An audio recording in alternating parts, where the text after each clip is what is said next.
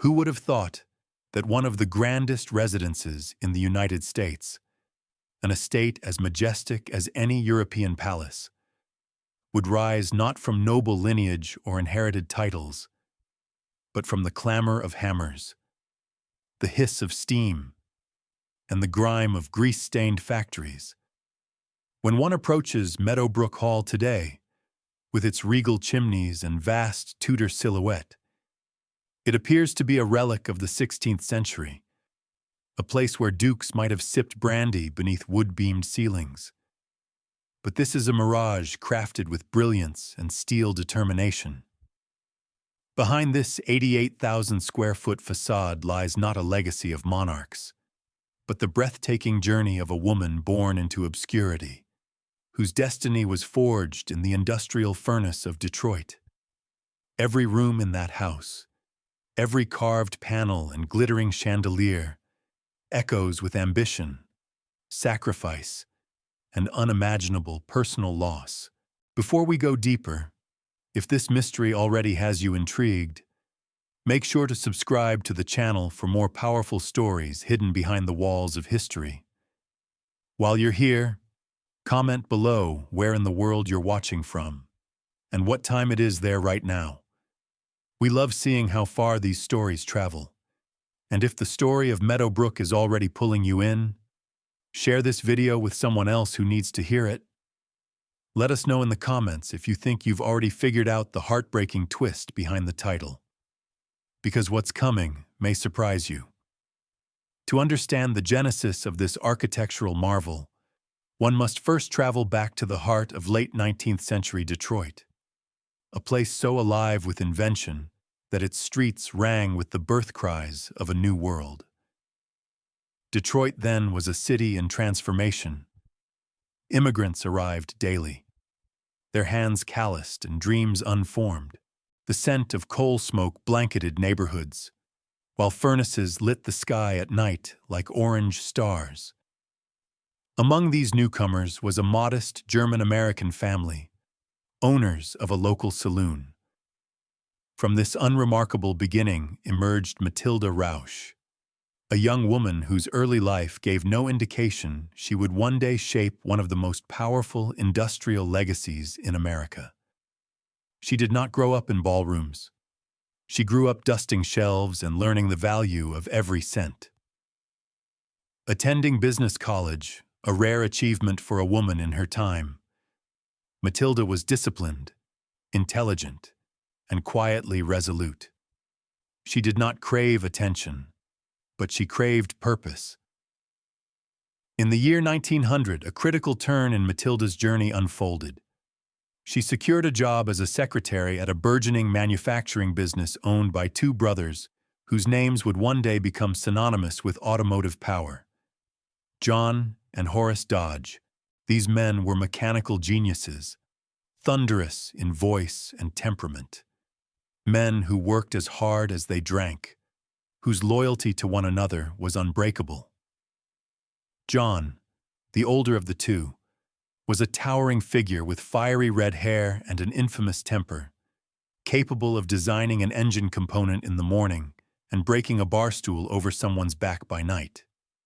In contrast, Matilda was precise, soft-spoken, and meticulous.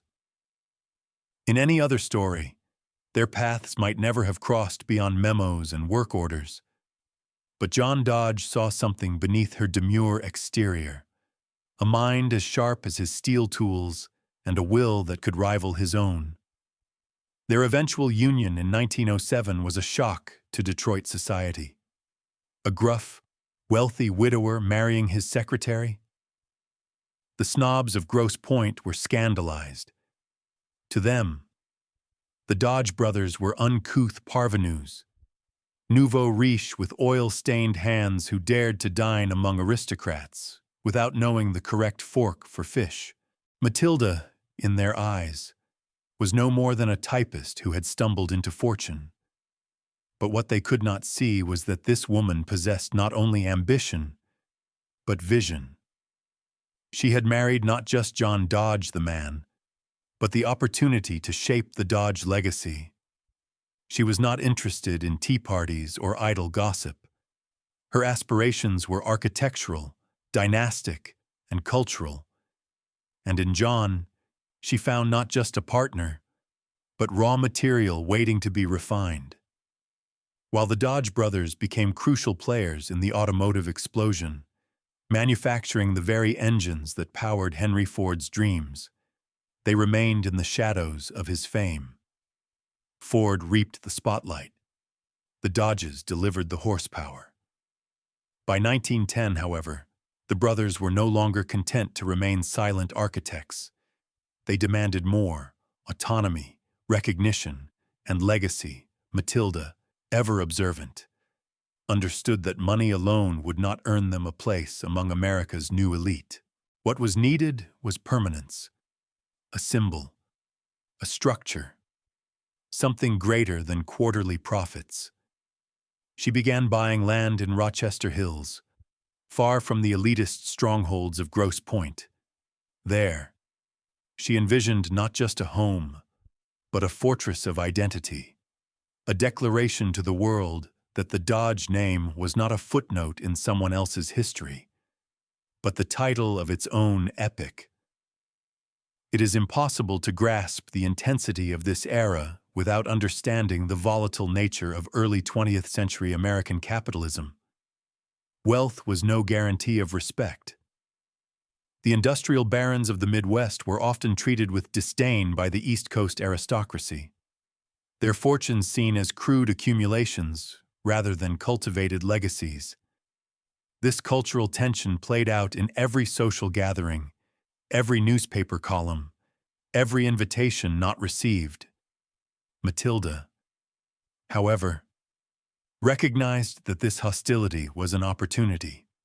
Where others bowed to old money, she planned to eclipse it. She envisioned a dynasty not just defined by wealth, but by architectural permanence, cultural influence, and philanthropic impact. It would be a legacy written not only in ledgers but in stone, as the Dodge's automotive empire swelled with success. The specter of tragedy hovered at the edges. John and Matilda had begun raising a family: Francis, Daniel, and Anna Margaret. John had mellowed from his hard-drinking youth into a loving father and focused businessman. There were plans for expanding the company, for establishing their name as a cornerstone of Detroit industry, for finally building the dream estate Matilda had envisioned. Yet, lurking beneath all of this was a dangerous belief shared by many titans of that era, that money could control fate, that with enough wealth, even mortality could be delayed. It was a hubris that had seduced steel barons, railroad magnates, and now, the Dodge family. In January 1920, the Dodge brothers traveled to New York for the National Auto Show, a moment that should have been a celebration of their industrial dominance. Instead, it became the prologue to devastation. John contracted influenza, which quickly turned to pneumonia. Within days, the titan of the factory floor lay gasping in a hospital bed, the fire in his eyes dimming. He died at the age of 55, Matilda, reeling from the loss, barely had time to grieve when, that December, Horace Dodge followed his brother into the grave. Two industrial giants lost in the same year, gone not by war or assassination, but by disease. Their empires still roared, but the hands that built them were silent. For most, this would have been the end. Matilda was left a widow with young children and a fortune so vast it exceeded the GDP of small countries. She could have vanished into comfort and luxury, as society expected, but she would not. Matilda had stared into the abyss and emerged with a purpose more profound than wealth preservation. The seeds had already been planted in Rochester, and now she would begin to build, not just for her family, but for legacy itself. By the end of the 1910s, The Dodge brothers were no longer mere suppliers for Henry Ford. They were titans in their own right. Their company had become one of the largest automobile manufacturers in the country, second only to Ford himself. But they were no longer content to live in anyone's shadow. Years of silent labor behind the scenes had built up a desire not just for recognition, but for ownership of their destiny. And so came one of the most audacious moves in industrial America, when the Dodge brothers sued Henry Ford in 1916. The reason? Ford had attempted to withhold dividends from shareholders, choosing instead to reinvest in aggressive expansion. But the Dodges, holding 10% of Ford Motor Company, had their own vision. They wanted returns, not just promises. And astonishingly, they won. The court ordered Ford to pay out $19 million in dividends, an unprecedented victory over one of the most powerful men in American business. That lawsuit was not just a financial triumph, it was symbolic. It declared to the world that the Dodge brothers were no longer grease-stained mechanics in someone else's factory. They were power brokers, capable of challenging the gods of industry and winning. Henry Ford would eventually buy out their shares for $25 million, bringing the brothers a windfall that, when adjusted for today's value, amounted to hundreds of millions. This payout gave them the financial independence to launch their own automotive empire, and more importantly for Matilda, it gave her the resources to shape the Dodge name into something eternal. As this empire expanded, so too did Matilda's ambitions. While John and Horace remained focused on engines, gears, and torque ratios, Matilda was thinking in terms of generations, of culture, of cementing their place in society. Detroit's old money elite continued to scoff at the Dodge name. The Grosse Pointe circles still treated them as uncouth upstarts. But Matilda did not bend to their disapproval. Instead, she sought to rise above them, not through imitation, but through dominance. Her strategy was not to beg for entry into their social club, but to build something so grand that their entire club would look like a side note in comparison.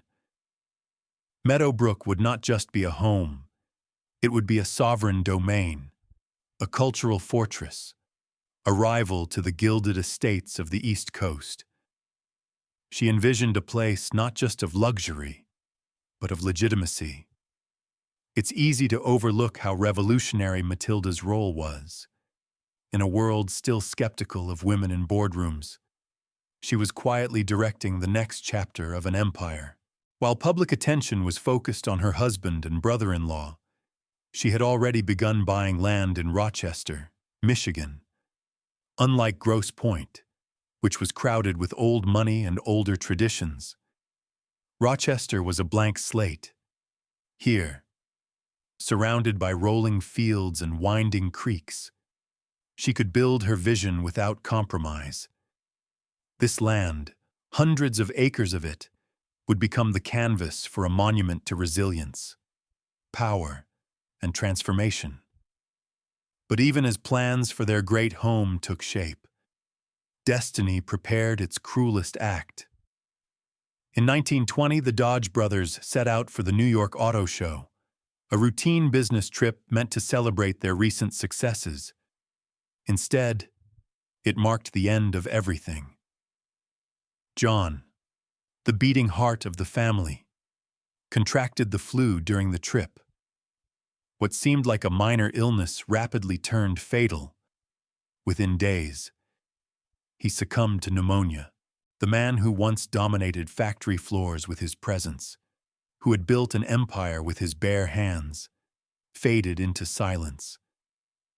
Matilda's world collapsed, but fate was not done. Just 11 months later, Horace also died, his health never recovering after John's death. The two brothers who had built their kingdom side by side left the world just as they had entered it, together. And suddenly, Matilda was now alone. She was no longer the secretary in the background. She was the head of one of the wealthiest families in the country, with 3 young children, a sprawling business empire, and a storm of grief. The narrative could have ended there, as it often did for widows of great men. Society expected her to fade into the shadows, to manage her estate with quiet dignity and leave the public stage. But Matilda had no intention of becoming a relic. If anything, the deaths of John and Horace clarified her mission. She would not merely preserve what had been built. She would elevate it. It's worth pausing to appreciate just how rare Matilda's transformation was. In the 1920s, women of wealth were expected to be ornamental, not operational. But Matilda had sat in boardrooms. She had watched the gears of power turn. She understood not just money, but influence. And so, in 1925, alongside Anna Dodge, widow of Horace, Matilda made a move that shocked Wall Street. The Dodge brothers' company was sold. Not in part, not through mergers, but entirely. The sale totaled $146 million in cash.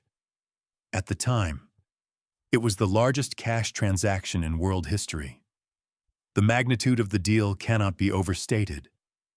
With a single decision, Matilda converted industrial dominance into pure financial sovereignty. Now unbound from factories, Matilda had what no aristocrat, no tycoon, no socialite could ever claim so absolutely: total freedom. She was one of the richest women in America, and she had a vision. She did not seek fame for herself. She wanted to transform grief into permanence, to take the chaos of loss and build something that would last for centuries. The construction of Meadow Brook was no longer a plan. It was a calling. But even the strongest woman cannot stand alone forever. And it was in this new chapter that Alfred Wilson entered the story. A man as different from John Dodge as dusk is from noon. Alfred was calm where John had been fiery, reserved where John had been brash, a successful lumber magnate and devout Presbyterian. Alfred brought a serenity that Matilda sorely needed. Their marriage in June 1925 was not merely a union of 2 individuals. It was a convergence of philosophies, industry and refinement, fire and wood, steel and soul. Alfred did not try to replace John. He became a steward of Matilda's dreams, not their author. Together, they chose not to return to Grosse Pointe, despite now being wealthy enough to dominate it. Instead, they returned to Rochester. The land was there, patiently waiting. But the vision had changed. It was no longer about building a grand country house. It was about building a legacy fortress. And Matilda, with Alfred's steady support, would take this vision further than anyone had expected. They sailed to England, not as tourists, but as scholars. They studied Tudor estates and Renaissance craftsmanship. Matilda didn't want a replica. She wanted to create an American original that captured the grandeur of old Europe, but spoke in the language of American achievement. Meadow Brook would be her monument, her message, her proof that the daughter of a saloon keeper could shape history. The years ahead would demand more of her than ever before. But for now, the foundation, emotional, financial, and literal, was set. She was no longer building for comfort. She was building for eternity. Construction on Meadow Brook Hall began in 1926, 3 years after Matilda's second marriage.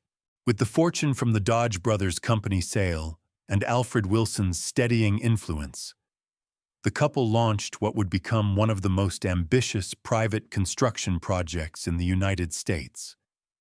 But this was not just about building a residence. It was about creating a cultural landmark. From the very first stone laid, the estate was intended to send a message. The Dodge family was not a footnote in industrial history. They were its authors. Matilda's grief for John had not faded, but she had reshaped it into a singular mission: to create a legacy worthy of remembrance and reverence. Every architectural decision, every imported stone or custom carving, was infused with purpose. This was a house being constructed not just with wealth, but with memory. The architectural firm of Smith, Hinchman and Grills was given carte blanche. Their directive was paradoxical: build a house that appeared to have stood for centuries, but equip it with the most advanced technology of the 20th century. The challenge thrilled Matilda. She was present at the site nearly every week, approving samples, inspecting masonry, and arguing over details with foremen. She was not a figurehead. She was the project's beating heart. The materials came from around the globe. Stone was quarried to match English manor textures, and entire wood panels were carved in the style of the Tudor age. But the interior featured telephones in nearly every room, electric refrigeration, central heating, and advanced plumbing. It was a brilliant fusion, an illusion of antiquity concealing the marvels of modernity. Meadow Brook Hall was more than architecture. It was autobiography. The grand entrance was flanked by towering chimneys, each uniquely patterned, standing like sentinels of identity. A guest arriving would first be confronted with a massive oak gate, but it was not this door that most would use. Instead, guests had to bow slightly to pass through a smaller inset wicket door.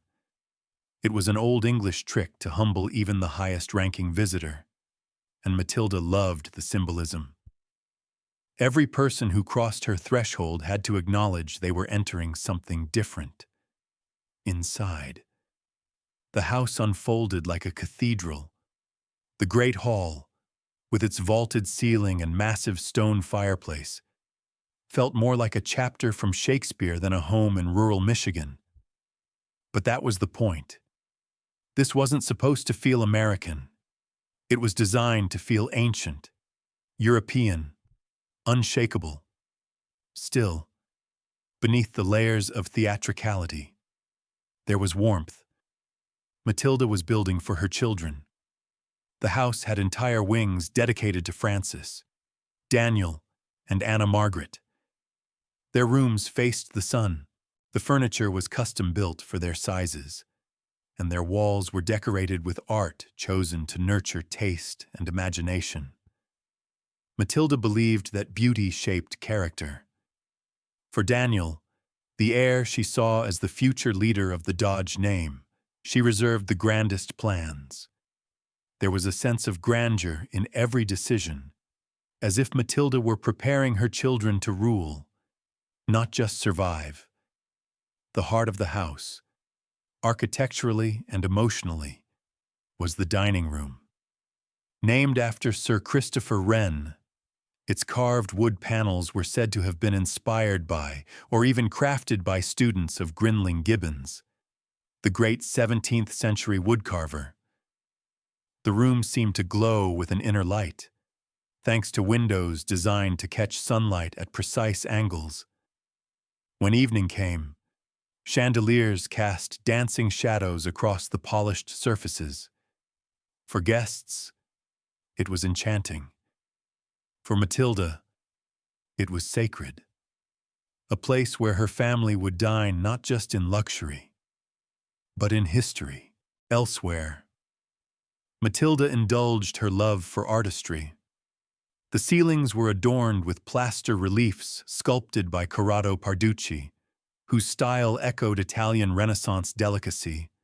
Every scroll, every rosette was a whisper from a different century. These weren't mere decorations. They were declarations. Matilda wanted her family and the world to understand that American wealth could be as cultured, as sophisticated, as any old European nobility. She may have been born a saloon keeper's daughter, but here she stood as matriarch of an American castle. Even Alfred Wilson, modest and reserved, was given a domain of his own. His study was paneled in dark wood and filled with the scents of leather and tobacco. A secret passageway behind one panel led to the basement's game room, an escape tunnel of sorts. It was whimsical, but also revealing. In a house so meticulously structured, where even sunlight was choreographed, the idea of a secret passage was a nod to unpredictability. Despite the house's rigidity, Matilda understood the human need for escape, even for play. Beneath the main floors, the mechanical heartbeat of the house hummed with life. Meadow Brook Hall was more than walls and ceilings. It was a living organism. A telephone system connected all 110 rooms, allowing staff and family to communicate across the vast interior. A central kitchen, gleaming with nickel and white tile, resembled a commercial operation more than a family space. It was capable of feeding an army. Matilda insisted on efficiency as well as elegance. The same hands that carved medieval-style woodwork also installed cutting-edge appliances. She wanted hot water on demand, and ice cold in the refrigerator. Even if the walls around it looked like they belonged to Henry VIII, the children's quarters were among the most thoughtfully designed. Daniel, in particular, was given tools, models, and mechanical toys, fostering the spark of curiosity he inherited from his father.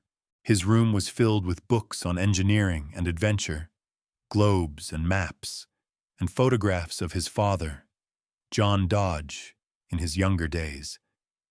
Matilda did not want her children to forget where they came from. This was not a fantasy world.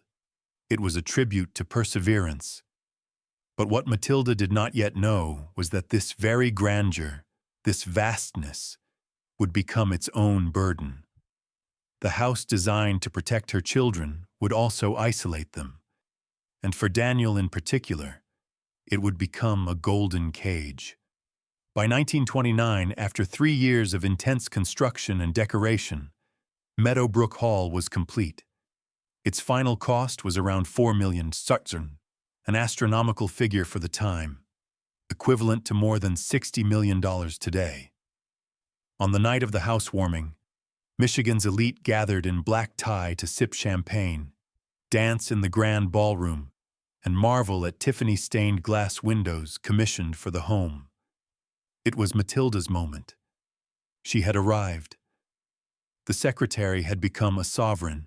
She had built not just a home, but a throne room, a cathedral, a fortress for her family's future. Her critics from Grosse Pointe could only whisper now. But in the shadows of the chandeliers, behind the swirling music, something ominous loomed.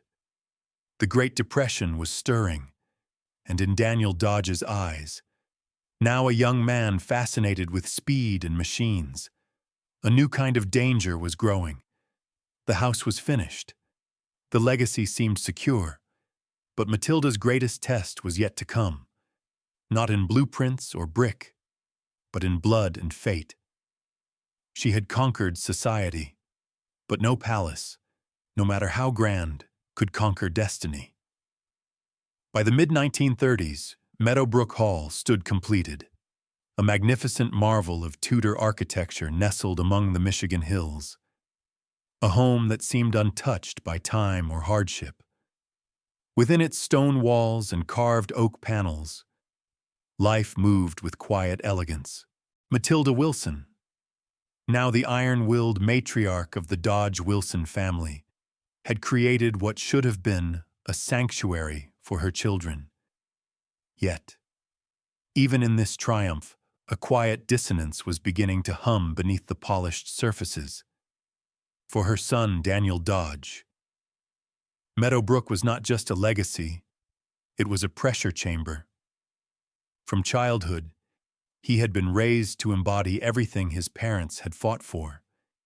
He was the heir, the crown prince of the Dodge fortune, the living link between past glory and future promise.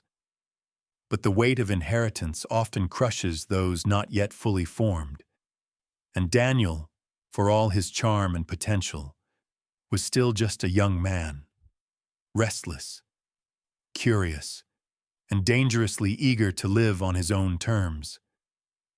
Daniel had inherited not only his father's name but his spirit. Like John Dodge, he was impulsive, bold, and fascinated by machines. He had a mechanic's mind, always tinkering, always building, always testing boundaries. Matilda hoped the opulence of Meadow Brook, the care she had poured into its every detail, would offer Daniel stability. But for Daniel, the estate felt more like a stage where a role had already been written for him. He longed to write his own script. He had recently turned 21 and gained access to his trust fund, one of the largest fortunes a young man could possess in Depression-era America. With that money came freedom, and with freedom came risk. For the first time in his life, Daniel was no longer a prince waiting to inherit. He was a king with keys to the kingdom, and he intended to rule in his own way. Enter Lauren MacDonald, a switchboard operator with a bright smile and a working-class background. She was not from wealth. She was not educated at finishing schools. She was not a daughter of society. She was, in almost every way, a mirror of what Matilda had once been. A woman from humble beginnings, underestimated by everyone. For Daniel, the attraction was immediate. Lauren represented everything the elite world of Meadow Brook lacked: freedom, authenticity, excitement. Their whirlwind romance shocked Detroit's high society. How could the Dodge heir, groomed for greatness, fall for someone so far outside the elite circle? But history has a sense of irony. Decades earlier, John Dodge had married Matilda, his secretary, and defied social convention. Now Daniel was repeating the pattern, perhaps consciously, perhaps not. Matilda, though aware of her own past, was now on the other side of the social barricade. She had become what she once defied, a guardian of legacy, a gatekeeper of dynastic ambition. She did not publicly oppose the relationship, but privately she was torn. Daniel's love for Lauren felt like rebellion, a rejection of everything she had built. The wedding went ahead regardless. In August 1938, Daniel and Lauren were married in a quiet, modest ceremony. It should have been a new beginning. Instead, it marked the start of a descent so tragic it would seem written by a cruel dramatist. The couple chose to spend their honeymoon not in Europe or on some tropical shore, but at the Dodge family's hunting lodge on Manitoulin Island in Lake Huron. The location was rustic, remote, and familiar to Daniel. It was a place where he could shed the expectations of wealth and simply be a man in the wilderness. But even in this solitude, Daniel's restless spirit led him to danger. At the lodge, old sticks of dynamite were stored, leftover supplies used for clearing stumps and practical tasks on the rugged property. For Daniel, these were not hazards, they were curiosities. He had grown up with engines and explosions, his childhood littered with the sounds of combustion.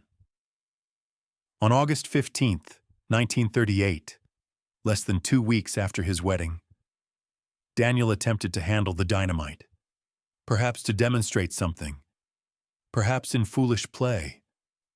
No one will ever know the exact reason, but what is known is that it exploded in his hands. The blast was catastrophic. Daniel's left arm was torn away. His face and body were badly injured, but he was alive. Barely. Panic seized the group at the lodge. Lauren and a few close friends rushed to act, loading Daniel into a speedboat in a desperate attempt to get him to a doctor across the lake. It was a race against time. The waters of Lake Huron were choppy that day, the air tense with urgency. As the boat skimmed the waves, Daniel, either disoriented from pain or simply struggling to move, stood up. In the next instant, he was gone, thrown from the boat into the lake. A man who had just survived an explosion now vanished beneath the surface. His body was later recovered, lifeless. Daniel Dodge, son of empire, heir to millions, builder of engines and dreams, died not in a war, not in a scandal, but in a chaotic, preventable accident that defied belief. The news struck Meadow Brook like thunder cracking ancient stone. Matilda was devastated. The son for whom she had built a palace, whom she had protected and prepared for leadership, was gone. Everything she had fought for, the lineage, the continuity, the dream of legacy, vanished in the spray of Lake Huron. The estate that was meant to echo with the footsteps of grandchildren now echoed only with silence. The tapestries on the walls, the beams hand-carved in England, the chandeliers and stained glass, all of it felt like decorations on a tomb.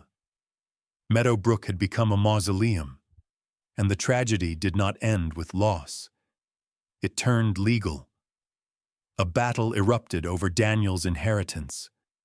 Lauren, his widow of just 13 days, claimed her share of the Dodge fortune. Matilda, still consumed with grief, now found herself in a war she never anticipated, fighting not over property, but over memory, over meaning. Newspapers feasted on the story. Lawyers circled like vultures. In the end, Lauren received a $2.5 million settlement, but Matilda retained control of the core estate. Still, nothing about it felt like victory. The money meant nothing. The house meant little. The future had been shattered. For the next several months, perhaps years, Matilda retreated inward. The great lady of Meadow Brook, who had commanded architects and challenged titans, now wandered the halls she once filled with purpose. Her guests had gone. Her children's laughter had vanished. Her dreams had turned to dust. It was not just Daniel who died on that island. It was the future of the Dodge name. She had survived poverty. She had survived widowhood. But could she survive a mother's greatest sorrow? In Daniel's death, the moral ambiguity of the Dodge fortune was exposed. Money had built a paradise, but also a prison. It had offered everything except protection from the chaos of life. And Matilda, standing at the crossroads of despair, had to ask herself a question that all legacy builders must eventually face. What now? When your empire collapses not from outside forces but from within, what remains? And can anything be built again? The months following Daniel Dodge's death were shrouded in a silence heavier than stone. Meadow Brook Hall, once imagined as the vibrant heart of a multi-generational dynasty, had become hollow. The grand halls echoed only with Matilda's footsteps. The laughter of children, the bustle of guests, the orchestras in the ballroom, all were gone. She had survived the death of John Dodge and risen in defiance of convention. She had survived the contempt of high society and transformed herself into one of the most powerful women in America. But now, faced with the loss of her only son, her heir, her future, even the indomitable Matilda Wilson faltered. She stood not just in grief, but at an existential precipice. What does one do with a kingdom that has no crown prince?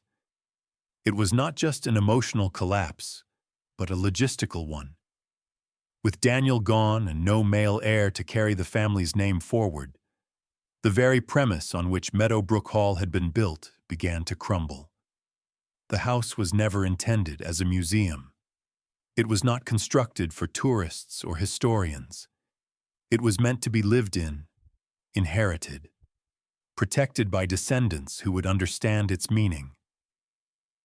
But the main branch of the family tree had been severed. No amount of wealth could regrow it. And Matilda, now past middle age, knew this better than anyone.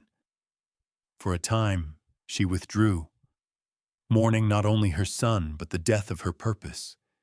Yet within her, buried under layers of sorrow, something resilient still breathed. A faint pulse, a question. Could this legacy be transformed rather than abandoned? The world outside Meadow Brook was also changing rapidly. The 1940s brought World War II, and with it, a seismic shift in American society. The era of aristocratic estates and Gilded Age palaces was coming to an end. Economic pressures, tax reforms, and social transformations were dismantling the very lifestyle Meadow Brook represented. All across the country, grand homes built by tycoons were being torn down, sold off, or left to decay. Some were cannibalized for their materials. Others were repurposed into hotels or golf clubs, but most simply vanished. The stories they were meant to tell died with their owners. Matilda watched this trend unfold with a growing sense of dread. She realized that if she did nothing, Meadow Brook would suffer the same fate. Her masterpiece could become rubble. The tapestries she had selected, the fireplaces hand-hewn in England, the gardens planted for generations to come, gone, like dust before the wind. Alfred Wilson, her quiet and faithful second husband, became her confidant in this time of reckoning, a man of deep Presbyterian faith and gentle temperament. Alfred had always remained in the background of Matilda's more flamboyant legacy, but now he provided what she needed most: perspective. He reminded her that greatness wasn't in what one built, but in what one gave. It was Alfred who helped Matilda shift from possession to purpose. Together, they began to conceive something radical, not to sell Meadow Brook, not to lock it away, but to give it away. Not just the house, but the land, the collections, even the future it had been meant to secure. And not to the state or some wealthy buyer, but to students, to young people, to minds that could be shaped. If Meadow Brook was not going to be a home for a family, perhaps it could be a home for an idea. The vision crystallized in 1957. Matilda and Alfred reached out to John A. Hanna, then president of Michigan State University. What they proposed had no precedent. They would donate not just the estate, but everything, 500 acres of prime land, the entire contents of Meadow Brook Hall, and $2 million in cash for construction. They wanted the estate to become the foundation of a new university campus, not a museum or historical site, but a living, breathing institution of learning. This was Matilda's final and greatest act of alchemy, transforming personal grief into public good, turning the ashes of a lost dynasty into seeds of future generations. The legal transfer of Meadow Brook was a masterpiece of planning. Matilda retained the right to live in the house for the remainder of her life, but she no longer owned it. The halls she had built, the rooms she had decorated, the very bedroom where she mourned her son, now belonged to future students. She voluntarily made herself a guest in the house she created, and in doing so, she secured its soul. No longer a fading relic of a bygone age, Meadow Brook became a vessel for something that could never die: knowledge, inspiration, and the future. This act placed her in rare company, while many of her contemporaries clung to their estates until the end. Matilda embraced the idea that true legacy is not about walls, but about impact. And yet, she did not surrender the past. She preserved it. Students would walk through the same great hall where her family once gathered. They would pass under chandeliers bought with the earnings of Dodge automobiles. They would learn in rooms where once there had only been dinner parties. But now, instead of silver platters, there would be textbooks. Instead of orchestras, lectures. Instead of heirs, citizens. Her decision was deeply personal, but also deeply American.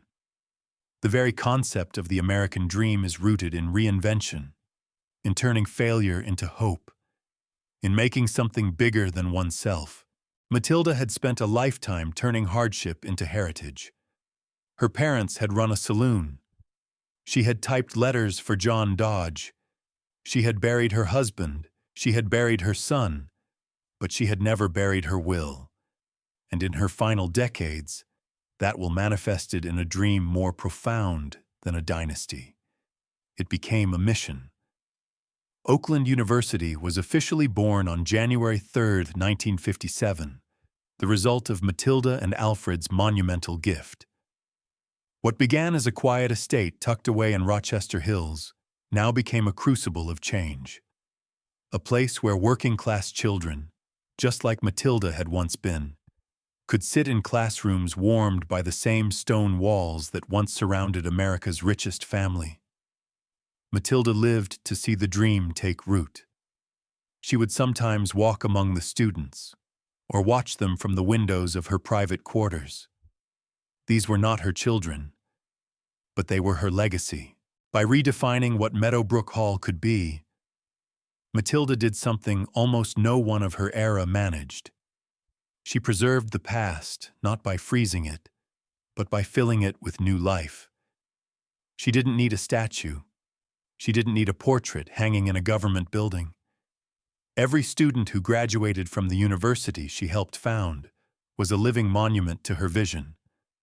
The secretary turned mathematician, the saloon keeper's daughter who raised a generation, the mother who turned mourning into momentum. This was not charity. It was strategy. It was courage.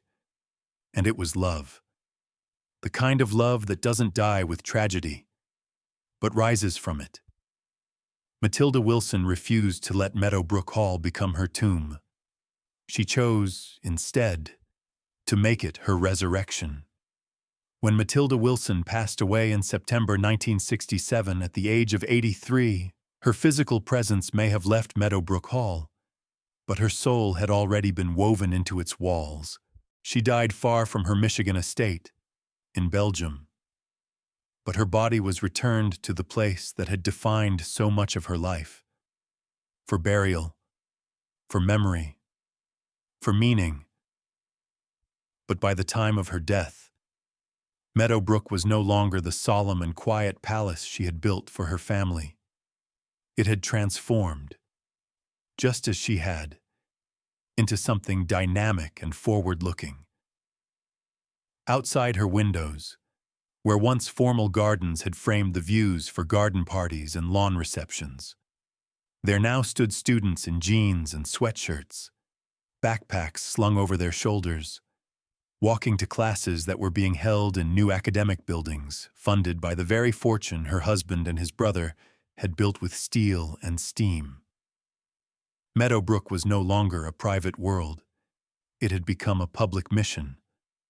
For Matilda, in her final years, this transformation brought a kind of peace no ballroom or banquet could provide. She had not simply given away a house. She had opened a door that would never close. In a world where most great estates crumbled into irrelevance, Meadow Brook Hall had found continuity. She would invite students for tea, asking them about their dreams, their families, their studies. These small acts of hospitality bridged 2 centuries. Here was a woman who had typed letters on carbon paper in the 1890s, now speaking with young people who would one day shape the post-war world. It was a connection across time that no inheritance could buy. The fate of Meadow Brook Hall is extraordinary precisely because it is so rare.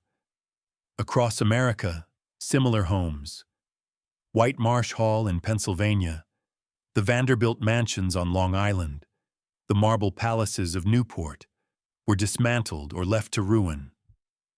Their builders had amassed unimaginable fortunes, but failed to secure relevance for their legacies. Their estates became symbols of decay, not endurance. But Matilda saw the flaw in their dreams. They built for themselves. She built for others. And in that shift, she preserved not just a name, but a purpose. The Dodge Wilson legacy lives on not because of its bricks, but because of its books. Today, Meadow Brook Hall functions both as a historical museum and an active part of the Oakland University campus. Its halls are toured by schoolchildren, its gardens photographed by couples, its archives studied by historians. But just a few steps away, classrooms buzz with the voices of young thinkers, engineers, artists, educators, and entrepreneurs, all of them touched, whether they know it or not, by the quiet power of a woman they may never have heard of. The estate's very stones hum with the tension between past and future, wealth and wisdom, memory and momentum. Perhaps the most profound element of Matilda's legacy is the moral question it raises. What is wealth for? In our modern age, we often measure success by accumulation. Followers, fortunes, square footage. But Matilda's story reminds us that accumulation without transformation is hollow. John and Horace Dodge amassed one of the greatest fortunes of the early 20th century, but neither lived to see their names engraved in stone. Daniel had access to limitless resources, but not the wisdom to navigate them. It was Matilda, the outsider, the woman, the widow, who asked the harder question, what can this wealth do long after we're gone? She answered it not with speeches, but with actions. Meadow Brook Hall became more than a home.